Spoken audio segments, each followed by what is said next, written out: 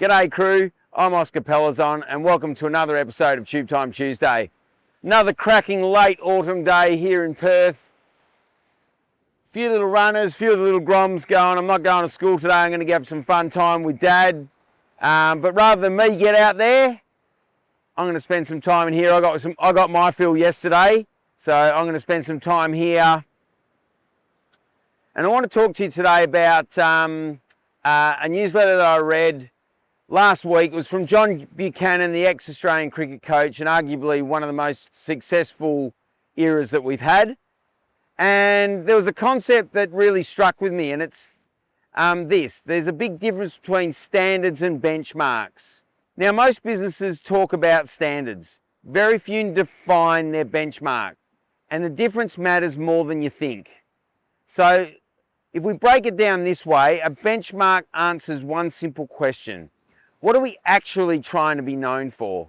In our industry, in our market, in our community? Because if you don't have that clarity, everything else floats. It drifts. Standards become inconsistent.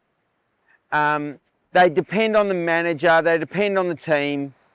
One person lets something slide, another pulls it up. One team pushes, the other coasts.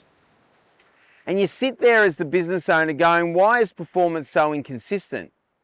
It's not capability, it's a lack of clarity. Now here's where it gets interesting, and this is what John Buchanan articulated really well. Your benchmark sets the direction, but your standards define behaviour. And this is where most businesses get it wrong. They use fluffy words, excellence, accountability, high performance. Sounds great, but what does it mean? Because you can't coach a word, you can only coach behaviour. So if instead of saying we want excellence, a real standard looks like this. All client communications are to be responded to within 24 hours with clear next steps. Instead of high accountability, we say every task has an owner, a deadline, and a review point. That's the standard. It's observable, it's measurable, and most importantly, it's coachable. Culture's built this way. You know, it's gold if you get it right. If standards are clear, they can be coached. If they're coached consistently, they get reinforced. If they're reinforced, they become part of your culture. They become part of the observable behaviour.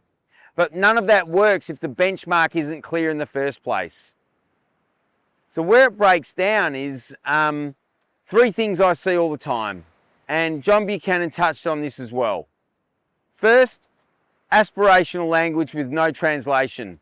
Leaders talk about being the best, dominating the market, delivering excellence, but never define what that looks like day to day. So everyone fills in the gaps themselves. Second, there's an over-reliance on values. Yep, your values are important. I've always talked about values and culture. They tell you what matters, but they don't tell people what to do. So don't confuse values with standards. You've got direction, but no execution. Make sure that when you select your values, you define them. You explain why they're important, and you set out the behaviours or the standards that show whether someone is living the culture or not. And third, assumed alignment. Leaders think everyone's on the same page. They're not. And under pressure, that misalignment shows up. People interpret standards differently. Accountability becomes personal. Conversations get awkward.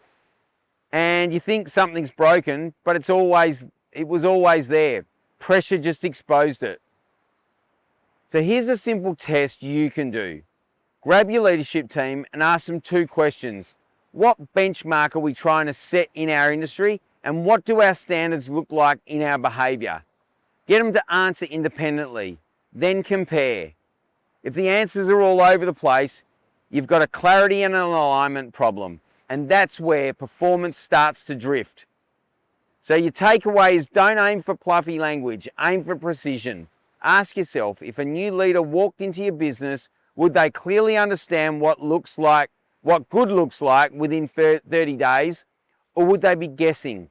Because if they're guessing, your benchmark is still just a concept. Benchmarks first, standards second, coaching third, and accountability always. That's it from me today. I'd love you to act on this one. Sit down with your team this week, spend 30 minutes, define your benchmark properly. Don't smooth over the differences because that's where the real work is. Happy days. You.